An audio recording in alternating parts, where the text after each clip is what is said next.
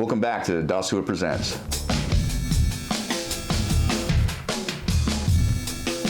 We're real excited to have Dave on the show today.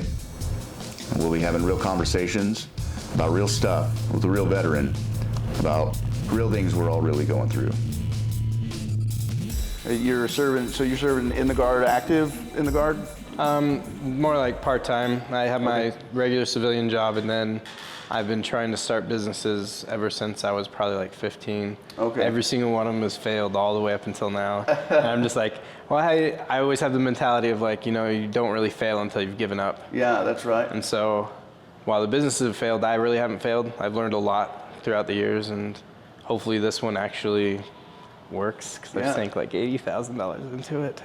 So cross my fingers on this one, hold my breath. Yeah, I believe strongly that the entrepreneurial spirit is what we need. We need people to start businesses.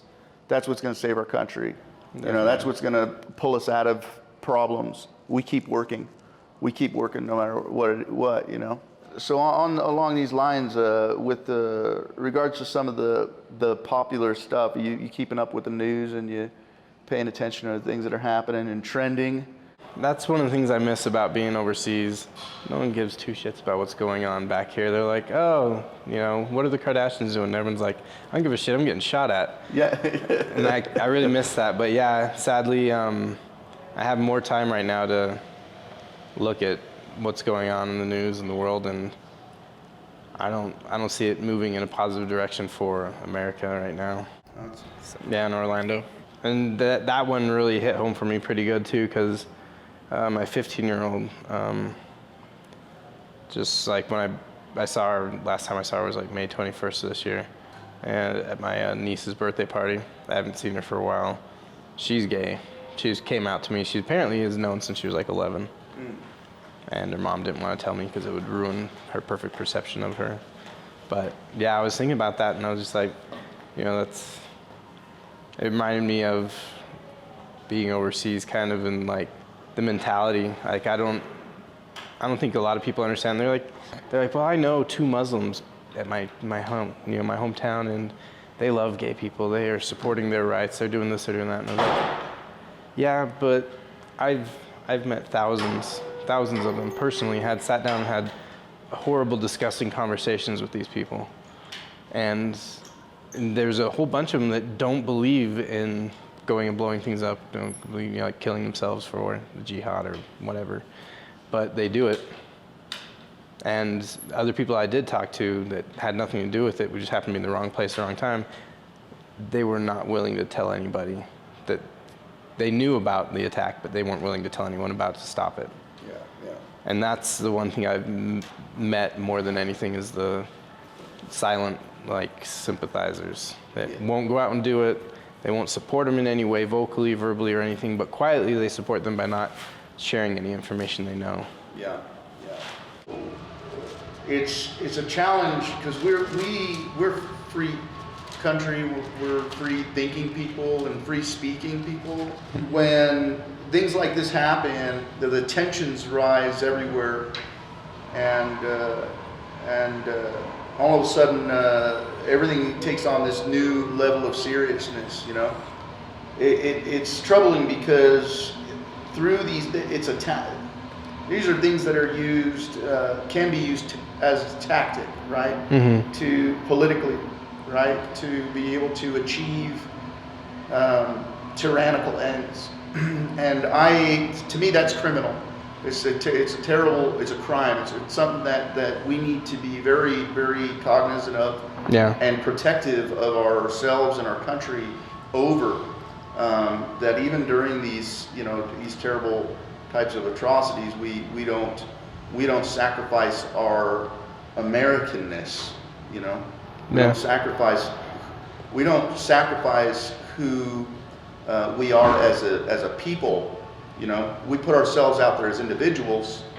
Sure, you could go lay down your life for your country, for your cause. You can do that all day. It's a free country. You get to do that. Mm-hmm. But we don't go and sacrifice everybody because of an occurrence. We don't do that. We can't do that. Yeah. That hey, listen, you can like left politics and right politics. You can want to be in a program of politics that's like this on the left or on this on the right. But remember who we are. We're Americans, and first and foremost. And I think that the veteran community has that voice earned in blood, sweat, tears, and sacrifices that the rest of the country needs to hear. You know. So chug-a-lug. Yeah, chug-a-lug truck. That's cool. It's a nice little soda truck that kind of had the idea like 2 years ago to start a food truck. I wanted initially to compete with Waffle Love. Okay. Because I thought their waffles were terrible. Yeah. I tasted them and I was like, oh.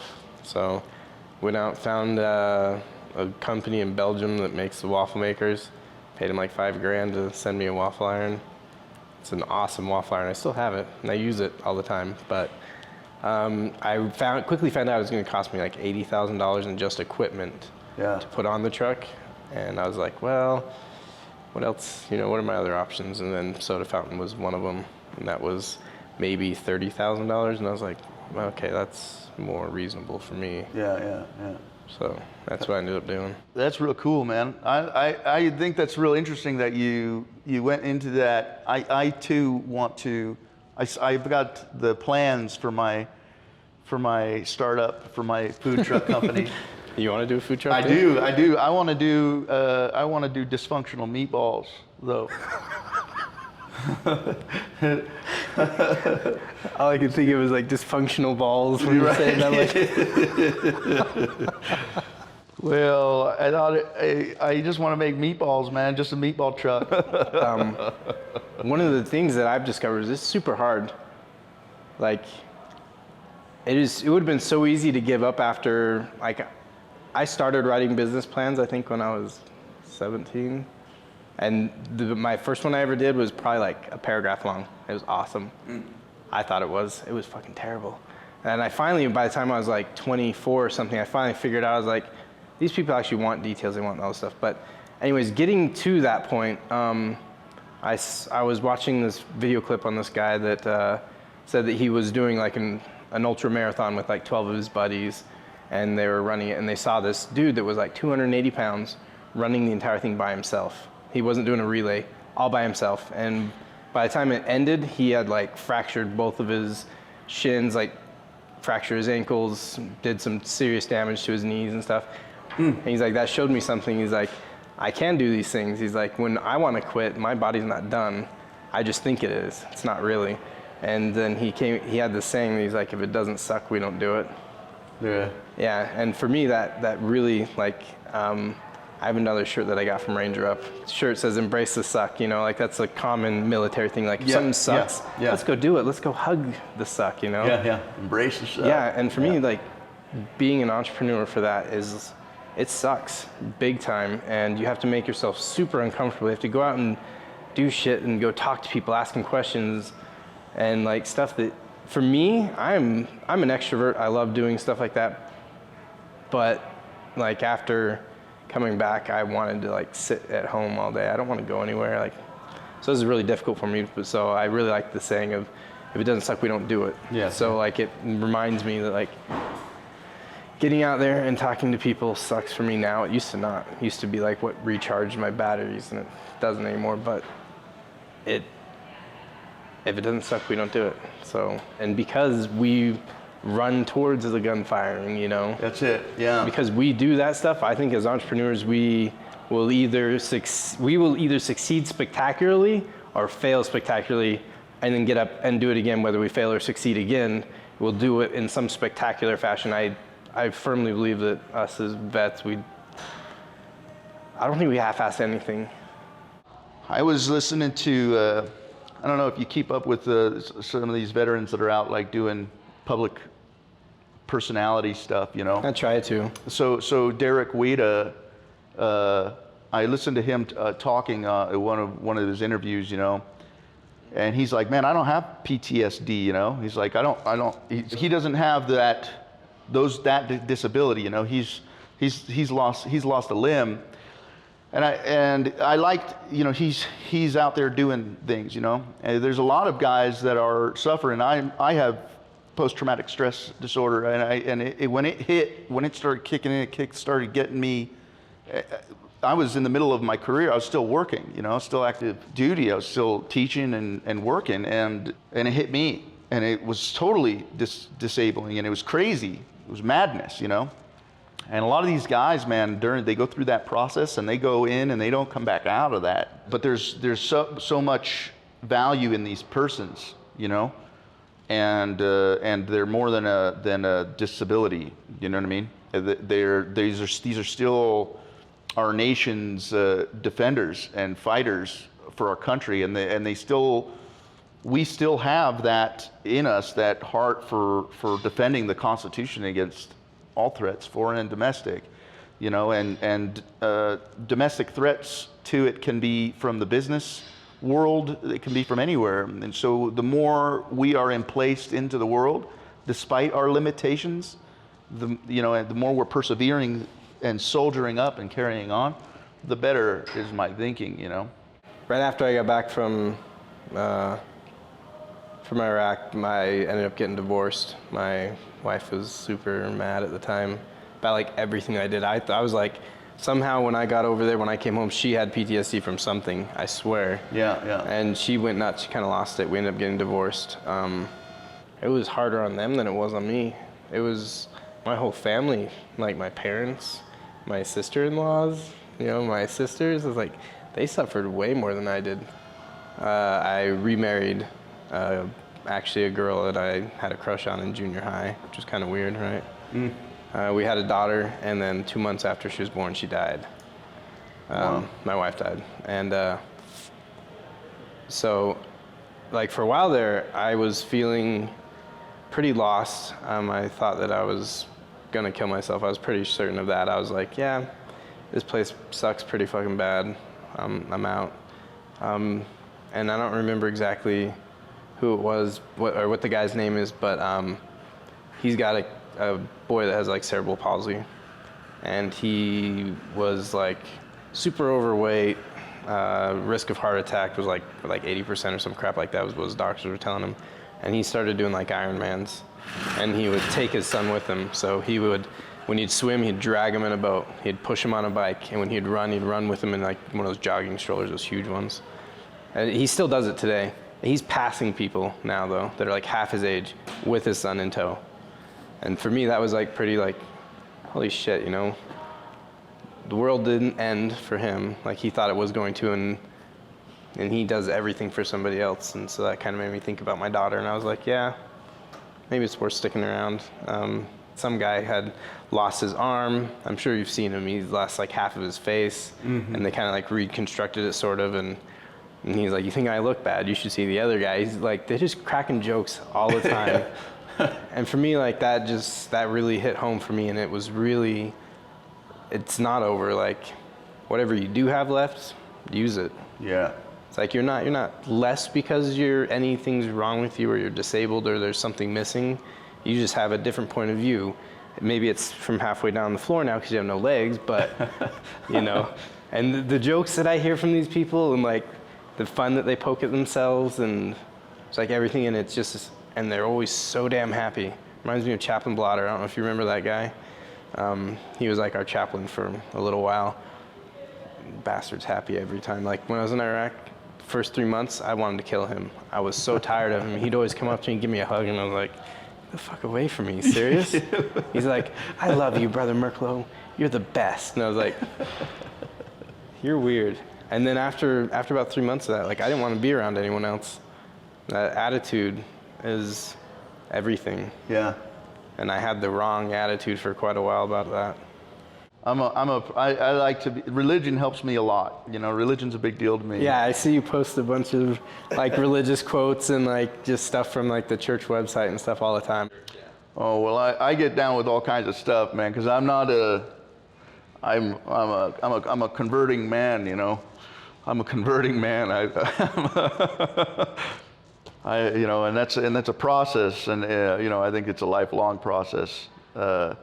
with social media, we're in a kind of an era that's unique, Yeah.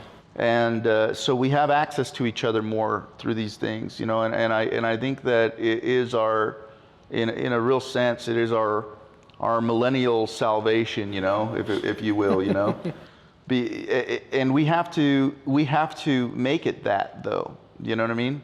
So guys like veterans that are like Nubs, what's his name, with the elephant trunk coming up, dudes like this, man, with this, like you're talking about, with this great attitude, and Derek Wada with his freaking his freaking stub nub there, and his freaking Cthulhu beard. In a real sense, by doing this, we're making a presence for each other to be able to lean upon. I found it real difficult. It's challenging to remember sometimes that you're not alone. Religion helped me a lot and reminded me constantly, because I practiced my faith, and I kept going back to the scriptures, though, even though I was trying to run away from a problem inside that wouldn't go away, and it made me feel like I was crazy. I thought, it made me feel like I was an insane person, and I wasn't insane at all. I wasn't crazy at all. It was haunting. So I did the thing, drinking like crazy, like a fish, and doing all that stuff. But I never stopped practicing my religion in the meantime, and because of that helped me to remember to find the hope in things. For me, that worked, and works still. And I think that I don't see a lot of guys being willing to talk about, like when I haven't been in a few years, Yeah, I know. When I was in, we talked about things, all kinds of things, that camaraderie. I learned so much from so many people's perspectives, and I saw so much in so many guys. And being out, I made attempts to try to rekindle friendships and relationships on that same kind of a level. But people seemed to me so swayed, so swayed with things. It made me not want to be a part of that, Though I wanted so much these relationships, I wouldn't be a part of that. I wanted to be part of that thing I was with these men and women, these Americans who stood their ground on things solid as a rock, who used sound reason and logic and perspective, and sometimes were absolutely crazy people, but they stood on the same values, and stood on it like a rock, and would not shake from it, willing to die for it, willing to fight and die for it, and live for it still, despite who we are. It's like there's a self-correcting thing about military folks usually, at least in groups. There usually is. There's someone does something stupid and they're like, no one saw me, and then that one person saw you and they'll call you out on it, and it's like, yes, I fucked up, my bad. Yeah. And, and you just right there and you're done. It's over with. But I don't see that a lot. I have so many friends that are teachers in school, which is the next generation of our country. That's the future of our country are our kids. And I don't see them being taught the things they need to be taught. I see these parents coming in and yelling at teachers. Why'd you give my kid an F? Did he do his fucking homework? Oh, he didn't? Why aren't you talking to your kid about this, really? And I took issue with a lot of that stuff. A lot of the teachers from my kids' school, I was like, no, you guys aren't here to teach them this stuff. I need you to teach them, how to do math. I need to teach them how to speak properly so they don't fucking talk like they text. Let me take care of the other stuff. And then if they were disrespectful to the teacher at all, I took care of it. And I just don't see enough of that. I'd go to parent-teacher conferences, and made me want to go back to Iraq, dude. I would take a couple of crazy-ass guys trying to blow me up over these fucking parents any day of the week. Dude. I was I would rather deal with these assholes shooting at me than you not being able to discipline your kid. And I think a lot of it comes down to family. You're talking about religion. Religion, no religion, for me, for America, that's irrelevant whether they have it or not.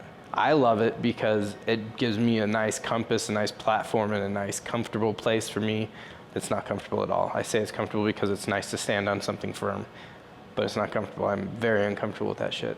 But I've been disfellowshipped for like 13 years, so that kind of, for me, everything going to church sucks so bad because I can never take the sacrament. I can't participate in things like, but I still go because I still believe in it. But with or without that, I just don't see parents giving a shit. I was like, where did my generation go wrong? Because these are kids that are my kids' age, that are just, like, if I could wring their necks sometimes, I totally would. Hey man, hey listen, when I had I had some Sergeant DeVito freaking some issues, man. I sitting in classes, when I'd be sitting in classes at church, man, and kids be acting up, and I had to on one occasion, I had to repent after the fact, Nobody said anything to me. Nobody said a word to me, But I reached and I grabbed this kid's chair and I picked up the chair with the kid on it still, and turned him around and made him look at me.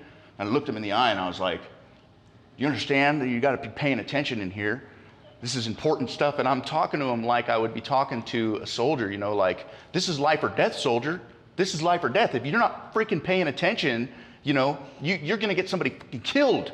And I've got that fire in me, and I'm telling this little kid, and as somebody else's kid, you know what I'm saying? That's not like I'm grabbing somebody else's kid and telling him, and then I turn him around like, now pay attention, and I set him back down, and I'm back to enjoying, the spirit of church, I'm in here getting a lesson. This is a Sunday school class. This is important, man, It is, though. It is life or death. People don't realize that, whether it's literal death, spiritual death, any kind of death, like the death of morality or values in general, like, it is, and people don't take it seriously anymore. And we need more of that. So to me, that is what we are as veterans. That's what we are to our country and to these kids. That's what we are, man. I can't tell you how many times I've seen the inside of a jail cell for telling people how I was just trying to square them away. They just don't understand. They just didn't understand. They weren't acting right. Good. That wasn't good. Gotta fix that up. So I'm helping you. You don't see it yet. In 10 years though, you look back on this. Hey man, I got the cops drawing his firearm. I'm like, orient your weapon to the ground unless you intend on killing me.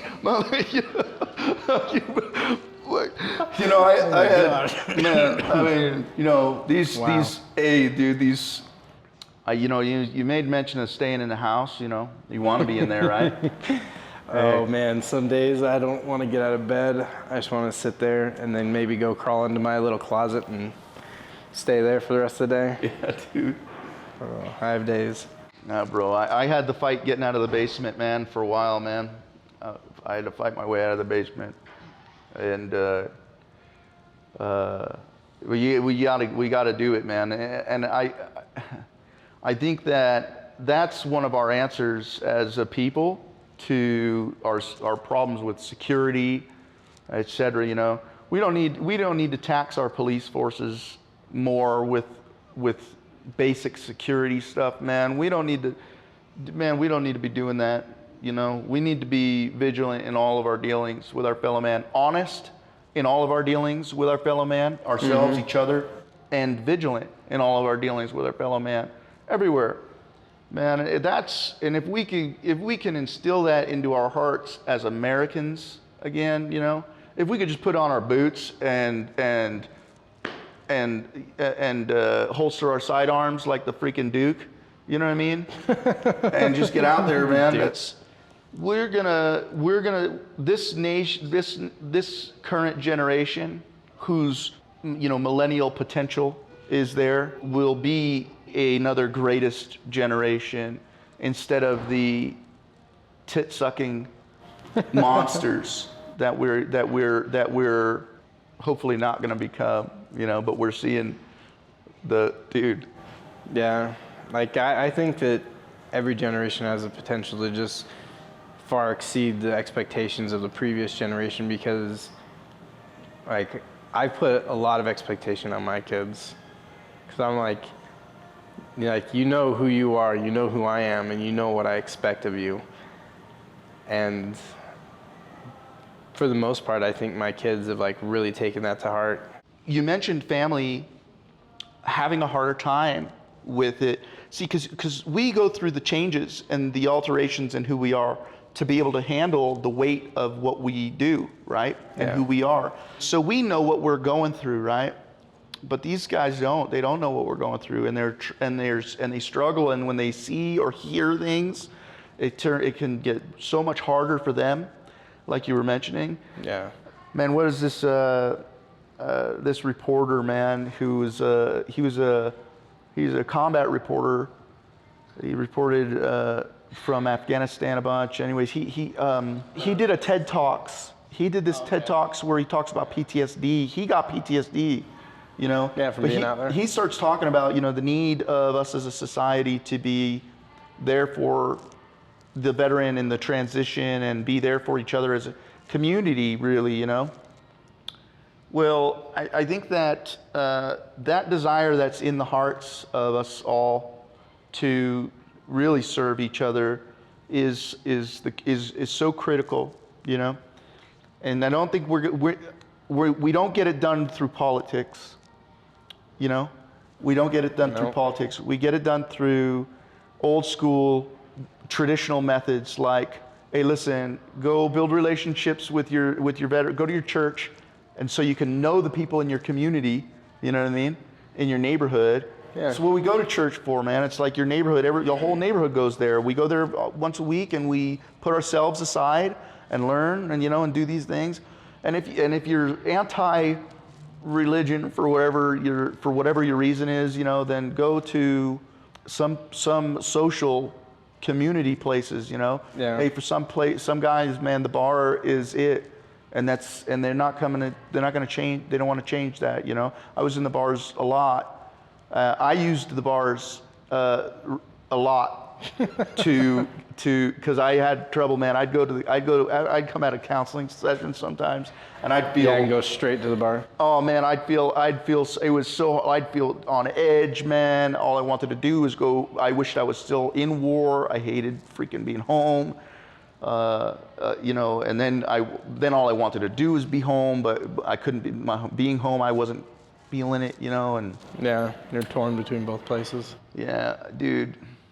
Anyways, that's something I think that's where we got to be, the community, just the community as a whole. To that, like for the non-religious people and for anyone else as well, like the thing that I've done, because I don't really get to participate at church, so people don't get to know me really. Yeah. So they can't call me to do anything. I don't have a calling, all that fun stuff. So one thing I found is, like, I was going to put some cookies on my drink truck and sell them. Some chocolate chip cookies. They're freaking amazing. I was going to bring you some, and my neighbors ate them all, actually. So, like, that's something I found, like, go around to my neighbors and I'd take them cookies. Someone in my neighborhood set up a Facebook page, like a community little Facebook page for just our neighborhood, and we've had barbecues and other things just at the parks and stuff. Like, if you, like, there's so many other ways other than just church that you can get to know your neighbors, get to know your surroundings, find out what people really need, whether they need help with anything or not. I mean, there's a lot of times, like for me, for example, I'm a pretty proud bastard, and I don't like telling anybody I need help with anything. I'm sure you're familiar with that. And like, but there are a lot of things I need help with. Like, I'm not a good mom to my daughter. Just throwing that out there, I don't make a good mom at all. Yeah, well, that's sensible. That's sensible. Yeah, but I mean, there's a lot of things, and I've had a lot of women in my ward like help out with a lot of things. Yeah. And it's been pretty, and it's not for me. I mean, like, I don't benefit from this at all, but my daughter does, and it's really amazing. So. No, I love that, man. Cookies. So that's lessons learned there is bring your neighbor's cookies and don't if we're gonna bring anything of real value out of this, I think that's maybe the most valuable thing said today. Bring your neighbor's cookies. Dude, that should be that's a bumper sticker. Bring your neighbor's cookies. Bring your neighbor's cookies. Yeah, man. Oh man, that's good. That is good. That's good. Or pie. Yeah, if you don't bake, you can always go buy some at the store and put them on a different plate and put some cellophane on it and pretend like you baked them. So being security minded like that, and then being realistic to the world of the hipster that we're trying to raise up right. But being mindful of that, the knowing your neighbor thing, and the being there for everybody in your community, reaching out and knowing each other, that thing is what gives us the ability to say there is a potential to have been responsible for something. It lets us look so that, we're going to prevent more crime that way. We're going to prevent more instances of abuse and what have you. Not being so quick to call law enforcement on our neighbors, but to be a neighbor. That's where I think bringing our neighbors cookies is really coming in, man. That's where it's really at, dude. Hey, and then knowing whether or not they like chocolate chip or not. I think you could start off by saying, I don't give a what kind of chips you like. I made these cookies and for just you. Put whatever in them. Just bring it over there, I mean, you can start off like like Pebbles and Bam Bam getting a hold on the flour. Is that too old? No, not at all. Dude, but you know what I'm saying? We can start like that, like children making cookies. So when I was a kid, we made mud pies. I may have given them to people, but I never ate one myself because that's terrible, But I wanted to do nice things, right? But that's where we start, right? That's where it's at, right? Yeah. I do love doing that. Service, huge. I really want to lead by example for that for my kids too. It's easy to say things to your kids, be like, don't do that, do this, do that. But in the everyday moments, whether you realize they're watching or not, just actually doing the things that you want your kids to do, because I find myself not wanting to do things that I would make myself do if I were a parent and to myself, Yeah. I'm sure that we all have those moments like, I'm an adult, I can do what the fuck I want. And really, you should be doing what you want other people to do. And I fuck that one up pretty good sometimes. So that's another goal for my kids especially. I want to do something good for my community. I want to organize and host get-togethers. Whether it's just some ridiculous thing where everyone just does like a potluck thing, or where because I do well, I provide things for it. I really don't care. Bring my drink truck though. Shameless promotion.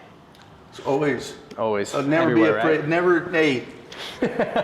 Shameless, bro. Shameless. Totally. Shameless, man. But like we're interiors, right? Source operators. I've been reading a lot of books by Joe Navarro. And you just pay attention to people. Like we watch people really well. I've noticed that a lot.